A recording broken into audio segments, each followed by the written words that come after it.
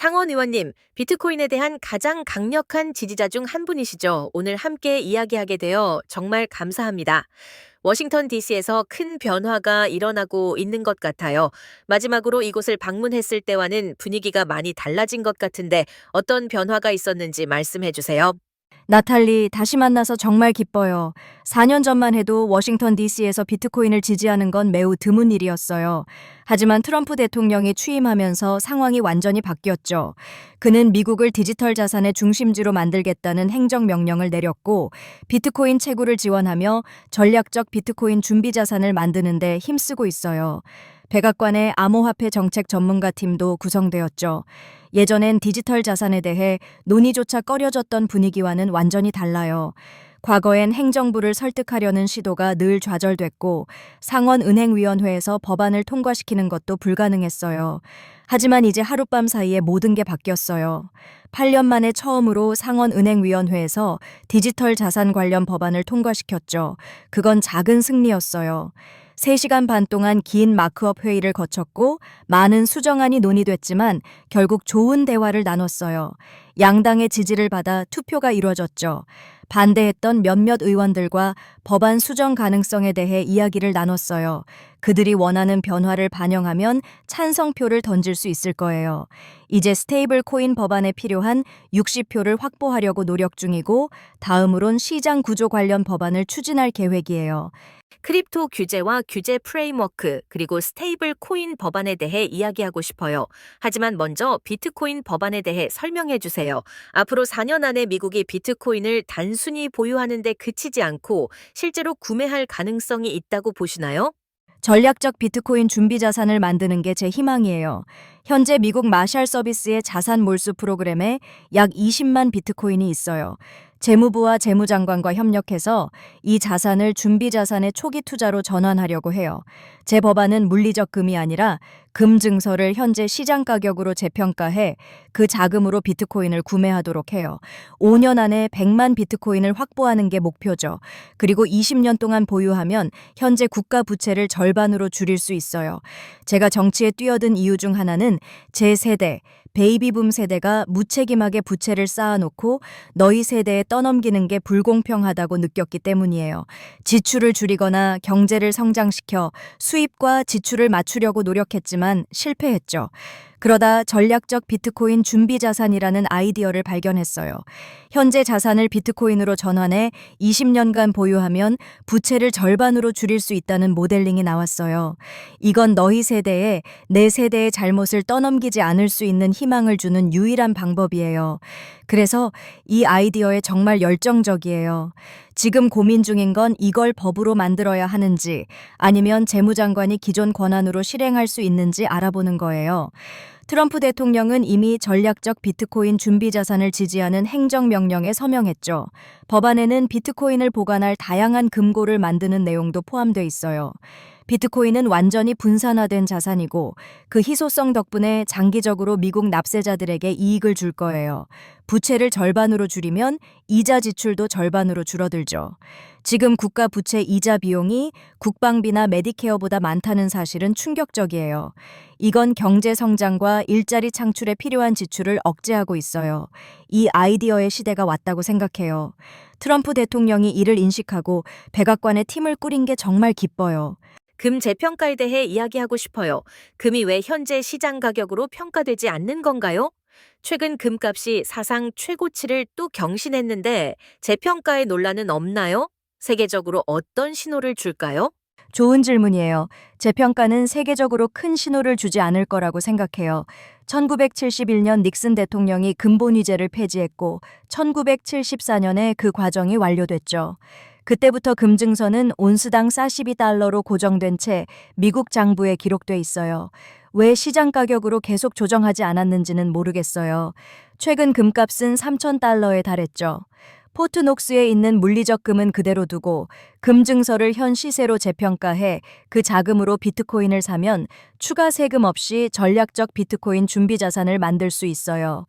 비트코인은 설립 이후 매년 55에서 60% 성장했어요. 마이클 세일러 같은 전문가의 모델에 따르면 시간이 지나며 연간 성장률이 45, 35, 25%로 줄어들더라도 20년 뒤 100만 비트코인으로 부채를 절반으로 줄일 수 있어요.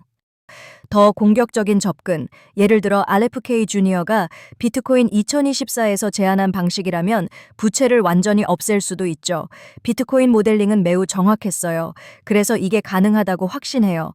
대통령도 그렇게 보고 있어서 함께 어떤 접근법을 취할지 기대돼요. 비트코인 법안은 또 개인이 정부의 간섭 없이 개인 비트코인 지갑을 가질 권리를 보호해요. 이건 자유의 돈이기 때문에 정말 중요하죠. 비트코인 법안에 대한 반대는 어떤 건가요? 비트코인 커뮤니티에선 당연한 선택처럼 보이는데 워싱턴에선 어떤 저항이 있나요? 아직도 비트코인의 속성, 디지털 골드 같은 특성을 모르는 사람이 많아요. 그래서 키르스텐 시네마 전 상원의원과 함께 의회 직원들을 교육하는 그룹을 만들었어요. 디지털 자산, 비트코인, 이더리움, 시장 구조의 필요성에 대해 설명했죠. 하지만 상원의원들 사이엔 여전히 지식 격차가 있어요. 놀랍게도요. 이제 트럼프 대통령이 비트코인을 강조하면서 의원들이 이제 배워야겠네라고 하더라고요. 제 사무실엔 비트코인 관련 책이 쌓여 있어요. 배우고 싶다는 의원들에게 나눠주죠. 대통령이 미국을 디지털 자산의 중심지로 만들겠다고 하니까 전 세계가 주목하고 있어요. 우리는 세계 자본시장의 선두에 있고 디지털화된 자본시장에서도 그 위치를 유지해야 해요.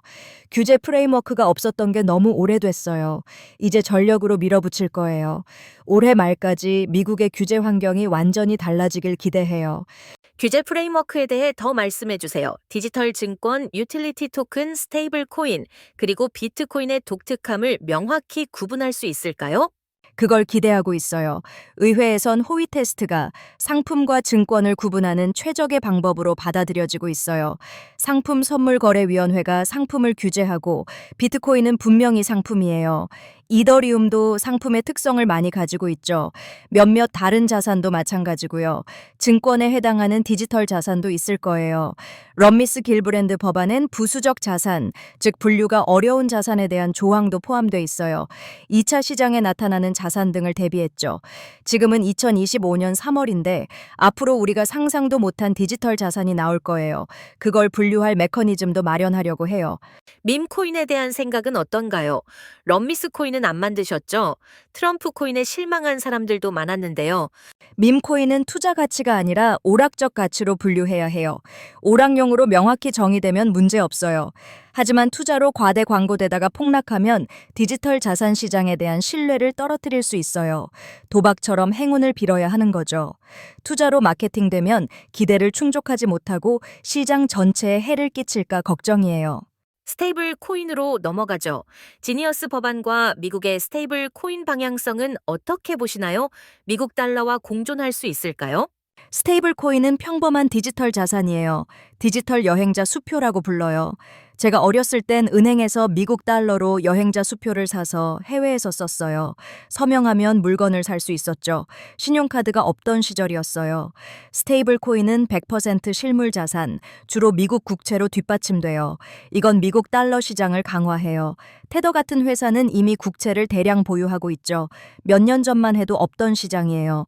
스테이블 코인은 디지털 상거래를 촉진하는 안정적인 자산이에요.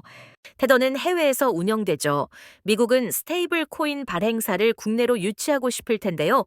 스테이블 코인 규제가 왜 중요한가요? 규제 환경을 명확히 해서 발행사들이 어떤 규제를 따라야 하는지 알게 해야 해요. 테더 같은 회사가 해외에서만 운영하는 이유는 미국밖에 큰 시장이 있고 미국의 불명확한 규제 환경 때문이에요. 은행 비밀법이나 고객 확인제도 같은 법 때문에 진입이 어렵죠. 하지만 지니어스 법안이나 해거티, 길브랜드의 스테이블 코인 법안으로 명확한 프레임워크가 생기면 테더 같은 회사가 미국 시장에 진출할지 검토할 수 있을 거예요. 그들은 명확한 정보로 결정을 내릴 수 있죠. 지금은 어둠 속에서 화살을 쏘는 것과 같아요.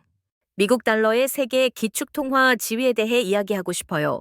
그 지위를 잃을까 걱정하는 사람들도 많아요. 스테이블 코인이 달러 지배력을 유지하고 확장한다고 들었는데 그 지위를 유지하는 게 왜 중요한가요? 비트코인이 기준이 되어야 한다는 사람들도 있죠. 지금 시점에서 보면 영국이 기축통화 지위를 미국에 넘겼을 때 경제적으로 큰 타격을 입었어요. 미국 달러는 가장 깨끗한 더러운 셔츠예요. 36조 달러 부채가 있지만 절대 디폴트하지 않을 거예요. 다른 걸 희생해서라도 부채를 갚죠. 하지만 비트코인 법안을 통해 부채를 줄이면 달러의 입지를 더 굳힐 수 있어요. 스테이블 코인은 국채 시장을 키워서 달러를 강화해요. 비트코인 법안은 너희 세대가 이자 부담을 덜 지도록 도와줄 거예요. 뉴욕 펍키에서 하신 말씀을 떠올리네요. 비트코인은 저축하고 달러는 쓰라고 하셨죠. 중앙은행들이 금을 더 사고 비트코인으로도 분산할 거라고 보시나요? 달러는 교환 수단이고 비트코인은 저축 자산이라는 건가요? 맞아요. 미국 달러는 매년 최소 2% 가치가 떨어지도록 설계됐어요. 반면 비트코인은 단기 변동성은 있지만 장기적으로 계속 성장했어요. 달러로 저축하면 자산이 줄어들고 비트코인으로 저축하면 자산이 늘어나죠. 식료품이나 임대료는 달러로 내고 저축은 비트코인으로 하고 싶어요. 마무리하며 비트코인이 정파적 이슈가 되지 않도록 어떻게 해야 할까요? 트럼프 대통령은 비트코인을 받아들였지만 다음 정권이 어떨지 모르잖아요. 앞으로 4년 그 이유를 어떻게 보시나요? 좋은 질문이에요. 키르스텐 길브랜드 상원의원과 초당적 협력을 시작했어요. 와이오밍과 뉴욕은 강력한 주립 은행 시스템이 있어서 디지털 자산 경제를 키우는 데 뜻을 모았죠. 지난 4년간 초당적으로 일해왔어요. 이제 와서 정파적 이슈로 생각할 수 없어요. 다음 4년도 초당적 모멘텀을 유지하고 싶어요. 10년 뒤엔 비트코인이 글로벌 가치 저장 수단으로 자리 잡을 거예요. 99%가 채굴된 시점에서 개인, 기업, 정부 모두 비트코인을 보유하려 할 거예요. 비트코인은 완전히 분산화된 희소 자산이에요. 교환 수단이 될지는 모르겠지만 가치 저장 수단으로는 확실히 자리 잡을 거예요. 포트폴리오 다각화에서도 비트코인은 장기 보유용 자산으로 적합해요. 비트코인을 통해 돈을 고쳐야 한다는 메시지를 공유해 주셔서 감사해요. 나탈리, 늘 즐거운 대화였어요.